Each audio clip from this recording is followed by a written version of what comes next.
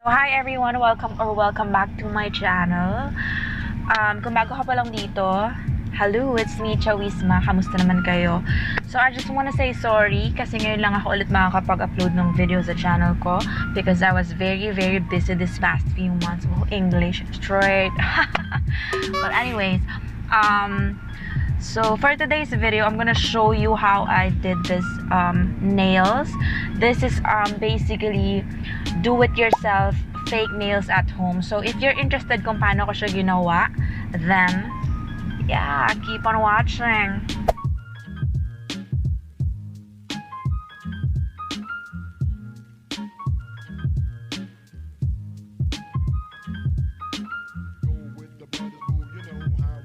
It's not for me to say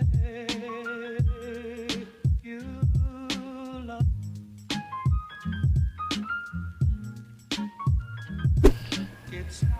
So, let's begin. First step, syempre, linisin muna natin yung kuko natin, yung dumi-dumi dun sa gilid-gilid ng kuko natin. Tanggalin natin yan. Of course, using pusher. Ayan, nakikita nyo naman, diba? Tapos, para mas malinis pa at legit, diba, na malinis sa tingin natin, maglagay tayo ng alcohol. Yes! And then, kunin natin ulit yung tissue para pangasahod ng mga dumi-dumi ng kuko. And now, we're gonna be using pusher and nail file.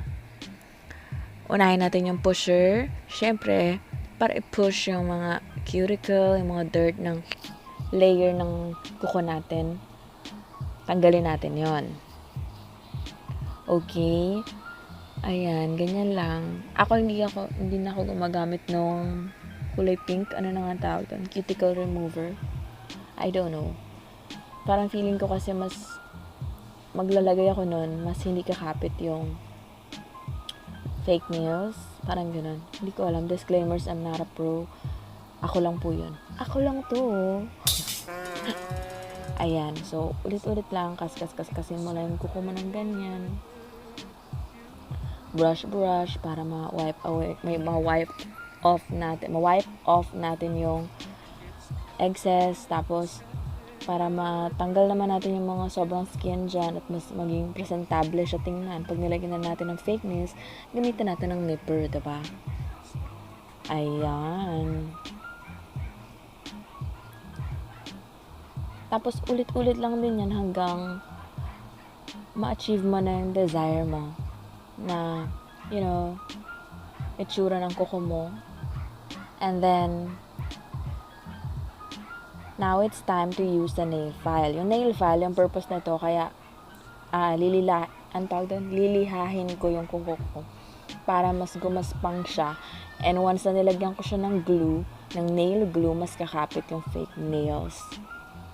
Okay? Ayan. Ulit-ulit lang din na step siya. Kas. There. After that, pipili na tayo ng sizes ng nails natin na perfectly magpe-fit sa bawat kuko natin, diba? Ayan. Piliin nyo, pag pipili kayo ng size, syempre kailangan yung dulo to dulo. Sakto doon sa parang, anong tawag doon? Edge. Ayan. Diba? And then, after, okay, papakita ko sa inyo yung yung ganyan na bitin, diba? So, hindi yan yung sukat ng kuko. Okay. Tapos yan, hanap lang tayo ng sukat ulit. Sukat.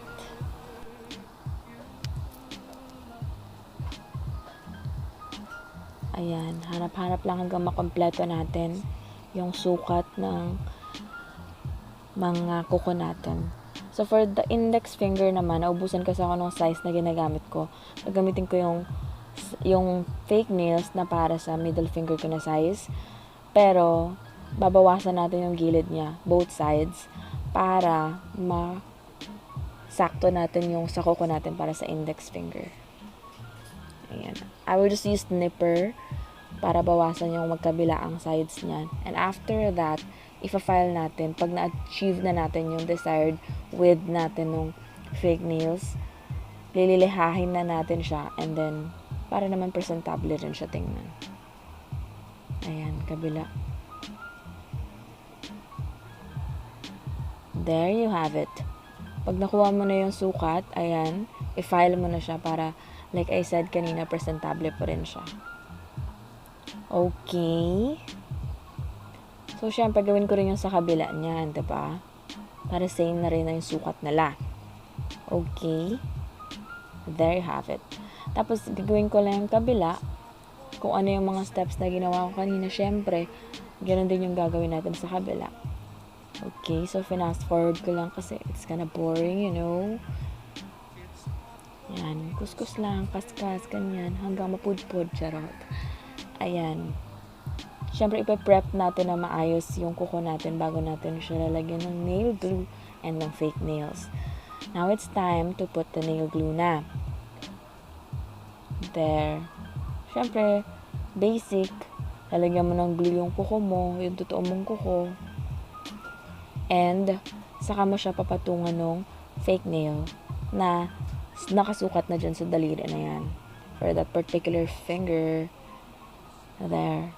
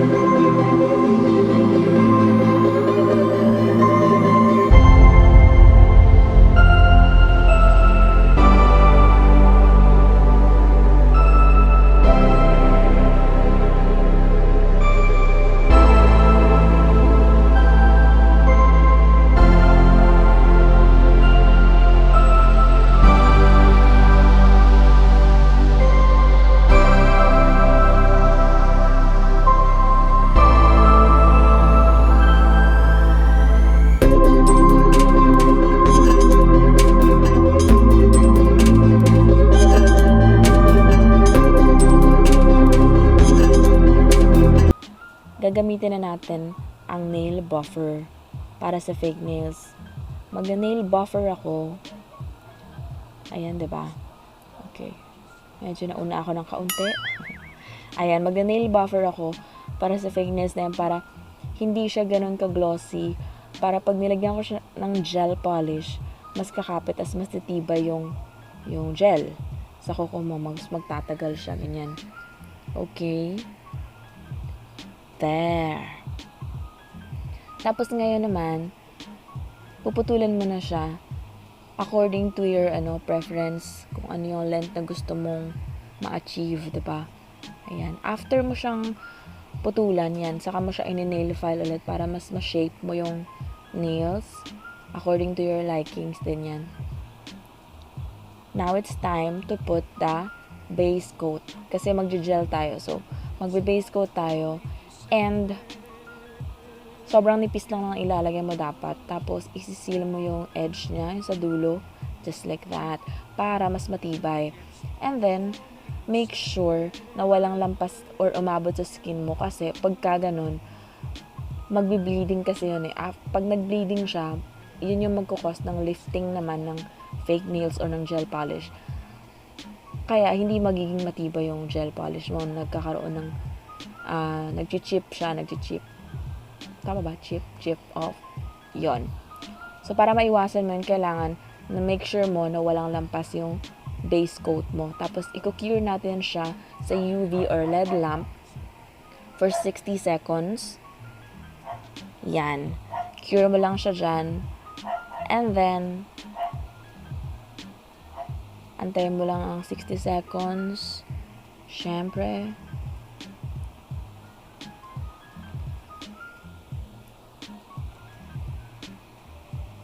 Okay, there you have it. After that, kunin mo na yung gel polish na gusto mo, yung may color na. Okay? So, yung pinili ko is yung parang nude lang na color. And ang kagandahan kasi sa gel polish compared sa regular nail polish, pag gel, kahit ilang beses mong daanan ng brush yung gel, mapapantay mo pa rin yun. Unlike sa regular nail polish, pag binanatan mo na siya ng ulit-ulit na stroke ng brushes, hindi na siya mapapantay. Parang may lundo-lundo na siya na ano. Diba? Yan. Tapos ulitin mo rin, kailangan nakaselyo rin yung dulo. There. Okay. By the way, yung mga gel polishes ko, nabili ko siya sa Amazon. Set na yan, yung Elite 99, yung may mga colored, parang nude edition siya. Tapos, meron din akong brand din na isa, yung mga shimmer naman, Azure naman yung brand niya. Yun yung ilalagay ko sa ring finger ko. Kaya, mamaya iiwasan natin yung ring finger natin kasi yun yung ilalagay natin, yung may shimmer-shimmer na gel polish. Okay. Ayan. Ulit-ulit lang na step. Parang ano lang din siya, normal lang din na paglagay ng nail polish. Mas maganda lang to kasi kahit medyo matagal mo siya, as long as hindi mo pa siya nakikure, pwede mo pang pantayin yun. Or kumbaga sa makeup, pwede mo pa siyang i-blend. Ayan. Shimmer na. I'm using a gel polish from Azure. Sa Amazon din siya nabili. And then cure it for another 60 seconds. Okay.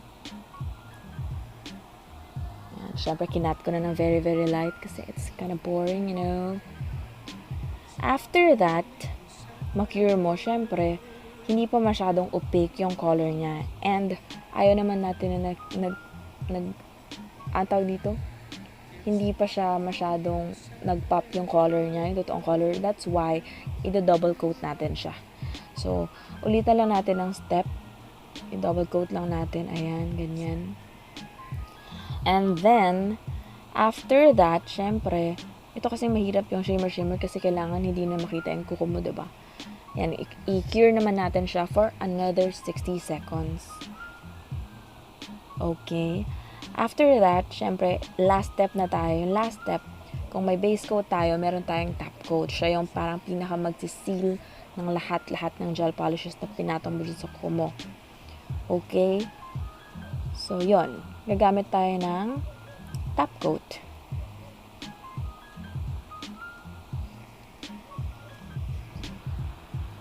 Ayan. Para lang din siyang base coat. Pero, syempre, ito kasi, siya na yung magsisil. So, dapat lahat, kumbaga wala kang mamimiss na part ng kuko mo na hindi mo nalagyan. Tapos yan, ulit-ulit lang din. Ganyan. All in all, 3 gel polishes yung gagamitin mo. Meron kang base coat, meron kang top, gel polish na may color, and then top coat. And then, by the way, pag i-cure mo na si top coat, ako, 2 minutes ko na siyang kinocure or 120 seconds. Kasi siya na yung pinaka-last na step eh.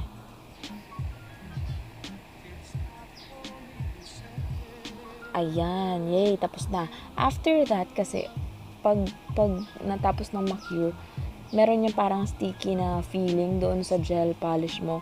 So, para tanggalin yun, punasan mo lang siya na alcohol using cotton pad. Ganyan. Tapos na. There you have it. The finished product. So, that's basically it, guys. Thank you so much for watching. Sana may natutunan kayo and nag-enjoy kayo sa video na to.